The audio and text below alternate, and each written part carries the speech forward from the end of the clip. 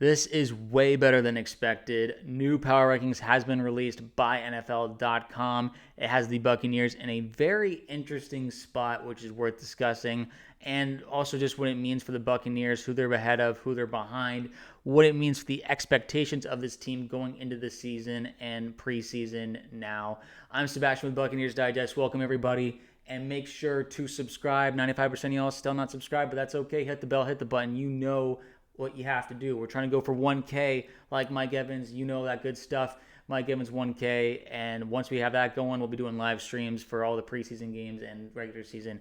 It's going to be awesome. It's right around the corner tomorrow. First few preseason games all collectively at 7 o'clock Eastern and all that. So it's going to be great. Football is right here, and we got joint practices with the Titans tomorrow. It's going to be awesome. Anyway, what are we talking about today? We are talking about power rankings, and the first list has been revealed. We all love power rankings. We all love the lists. Buccaneers typically overlooked, but this one has struck a good chord with Buccaneers fans. Why? Because we were ranked in the number 7th place in the league, and that's pretty exciting. The NFL.com had to say Tampa Bay's offense has a chance to be among the best groups in the NFL. It was arguably a top 5 attack last season, and I truly think it could be even better this season, assuming the Tristan Wirfs injury doesn't linger too long. Rookie wide receiver Emeka Egbuka apparently looks good early. Rashad White is slimmed down, and Chris Godwin might be tough calls for week 1, but the big picture operation looks strong. Defensively, I think the Buccaneers could be better, especially in the secondary. We have talked about this. If that unit can play above where it did down the stretch last season, it will be a team capable of making a Super Bowl run. Key words there. Sure, Jaden Daniels gave him trouble in the playoff loss, and the Bucs forced 0 turnovers in their final 4 games. That's a bit tough, but the defense was already headed into the right direction before adding some offseason help and getting healthier. So that's what NFL.com had to say. Honestly, no lies detected about this team.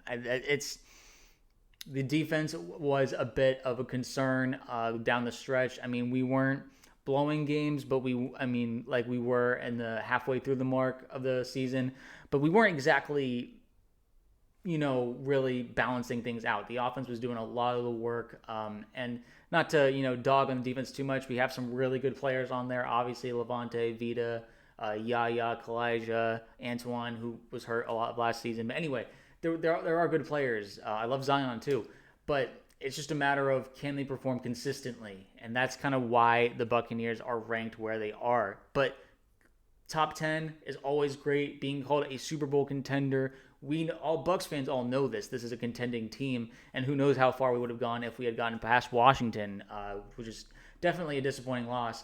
Speaking of Washington and just the NFC in general, that playoff race, the Buccaneers are ranked 4th in the NFC. So there are 3 other NFC teams ranked higher.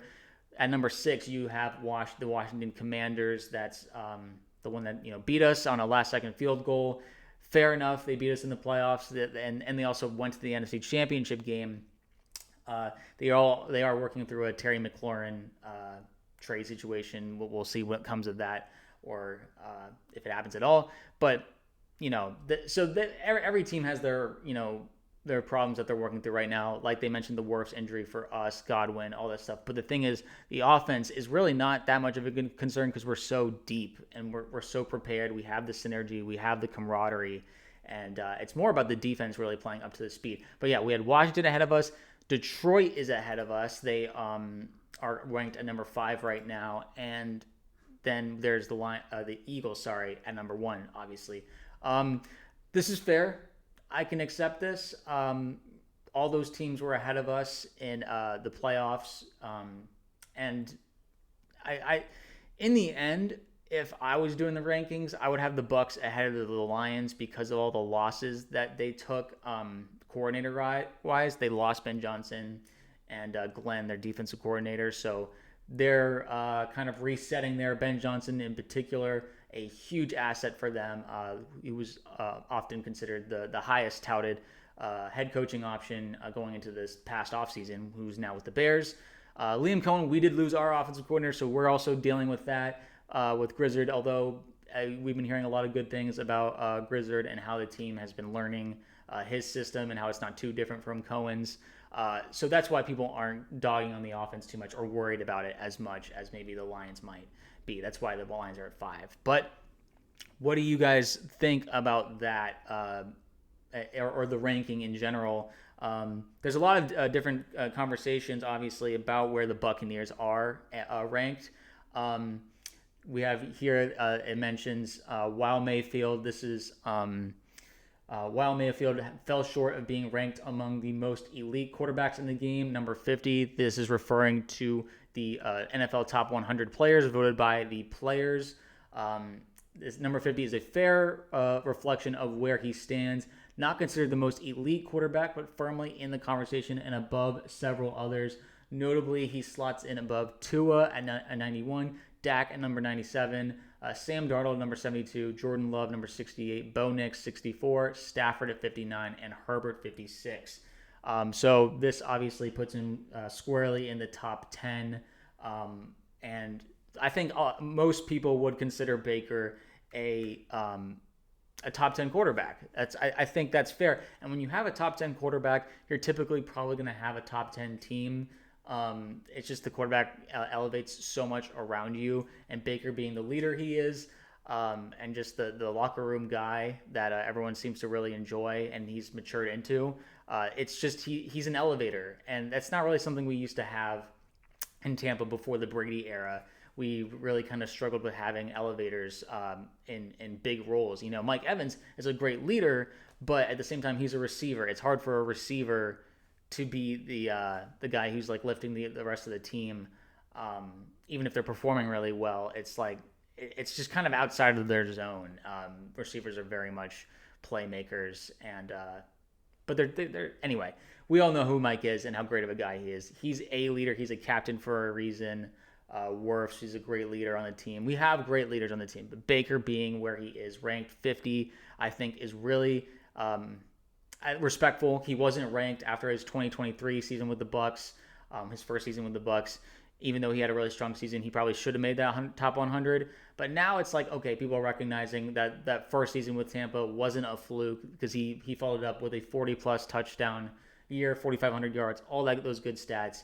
So when he proved it again like that, they're like, okay, you are like putting up these great numbers, and we know it's because you're a top 10 quarterback now. You have earned that respect.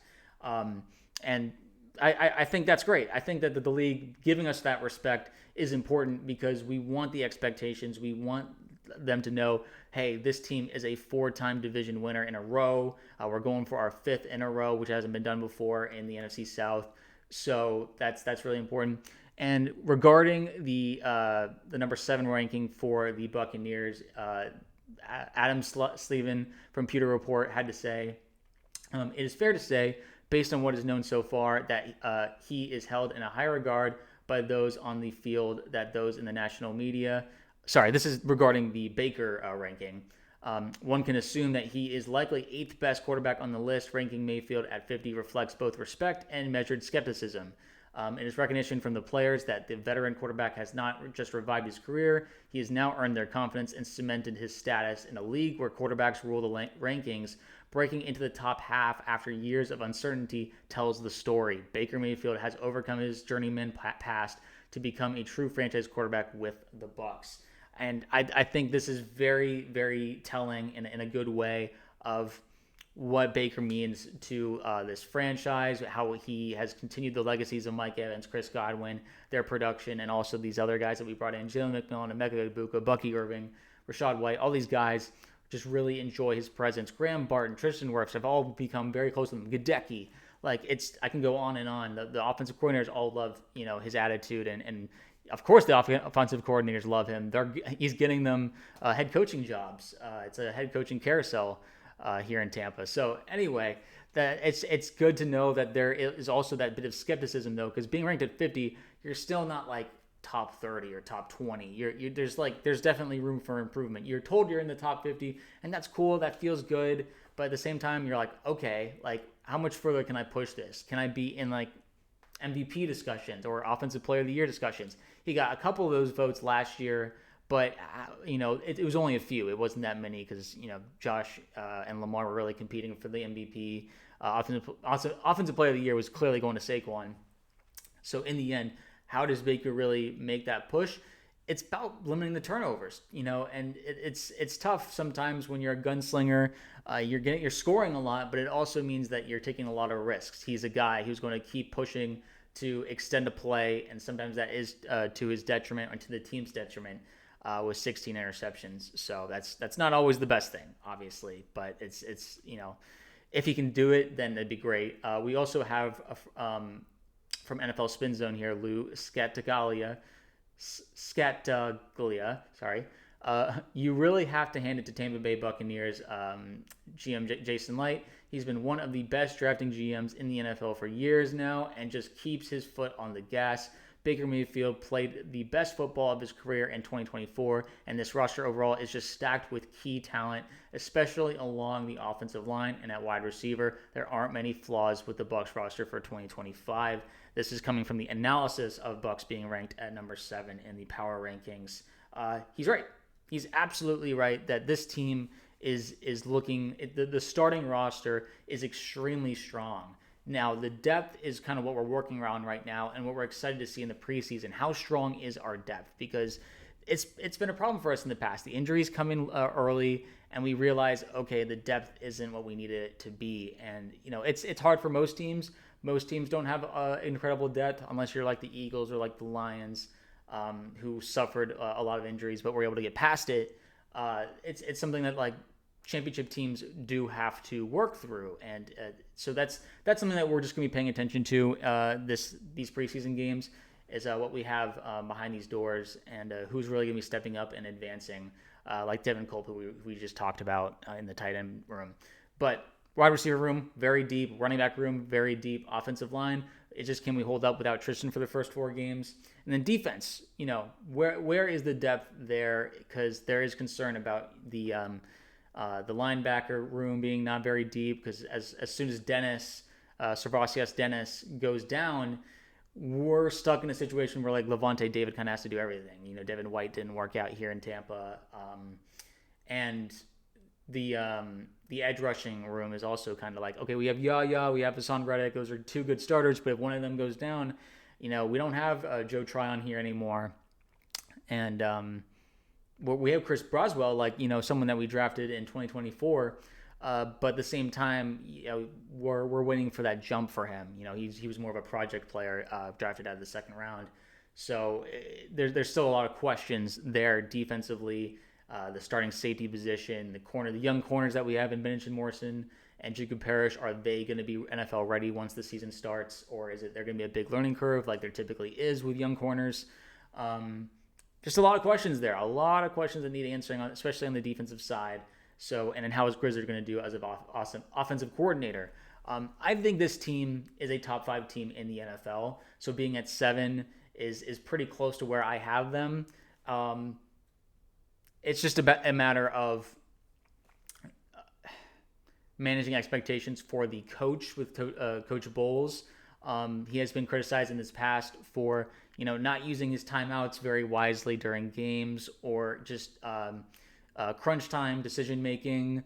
The infamous blitz play in the Rams playoff game in 2021. I know people don't even like hearing those words. It's like PTSD, but it's it's an example of, like, these big moments. Does Todd Bowles have what it takes to make the Bucs better than just duking it out in the wild card and divisional round, which we have, which feels good. We're a competitive team, but can we make it to the NFC Championship game?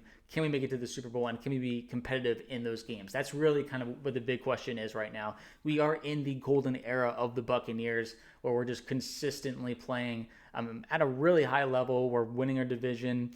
But now for me, my expectations is to take control of the division early and seal up the victory of the division early, and start preparing for, like, the playoffs earlier in the season, so that when the playoffs do come around, it's go time. We've been ready for this. It's not like we just earned our playoff spot the week before. It's that we've been ready for like a month, like like the Chiefs are, like the Eagles who earned their division title rights early in the season and start getting ready for that playoff mindset. Besides just we're here on week to week basis trying to make it through the season or trying to get through the playoffs up until week 18. So there is that kind of aspect. I think Todd has another layer that he can reach. I don't think he's reached his ceiling as a coach. I do think he has a lot of football smarts to him, and he's smart enough to know where he's made mistakes in the past. Like last year, the frustration was at the end of games, we would always kind of blow it, like the 49ers game, the Chiefs game, or the Falcons games. There was just a lot of games where it's like, oh man, we could have gotten over that hump if we just made a few better decisions or just some mistakes that happened. We just have to clean up in the crunch time. Something that we did a bit better with Brady. And so obviously it's like, it's hard to compare to Brady, but at the same time, that's just an important thing where when you lose someone of that, caliber, you have to get the team to really push themselves to fill those gaps and still elevate yourself to get to that level. And in the end, the Eagles had a very different squad when they won their Super Bowl in 2017 and then won it in 2024. And the Bucs are very much capable of doing that. New franchise QB, some players that are still here that helped win that Super Bowl. That rookie class was really strong with Antoine and Tristan Wirfs, but it's just like, okay, what will it take for this extra push to get us further in the playoffs? So in the end, I need to ask you guys, do you agree with this ranking of the Bucs at number 7 and Baker and the 50th best player in the NFL? Is that a fair ranking? Is it underrated, overrated? And just your expectations for the Buccaneers. Do you think that they're too high or they're too low? Just where's your meter at right now with the Buccaneers? For me, it's hard to put a ceiling cap on them because this is one of the most excited seasons I've had in a while, just with the talent that we have. So let me know down in the comments below. Subscribe. Let's get to 1K and just do that thing. We'll be right there doing the live streams. It's gonna be awesome, and I'll catch you all in the next video.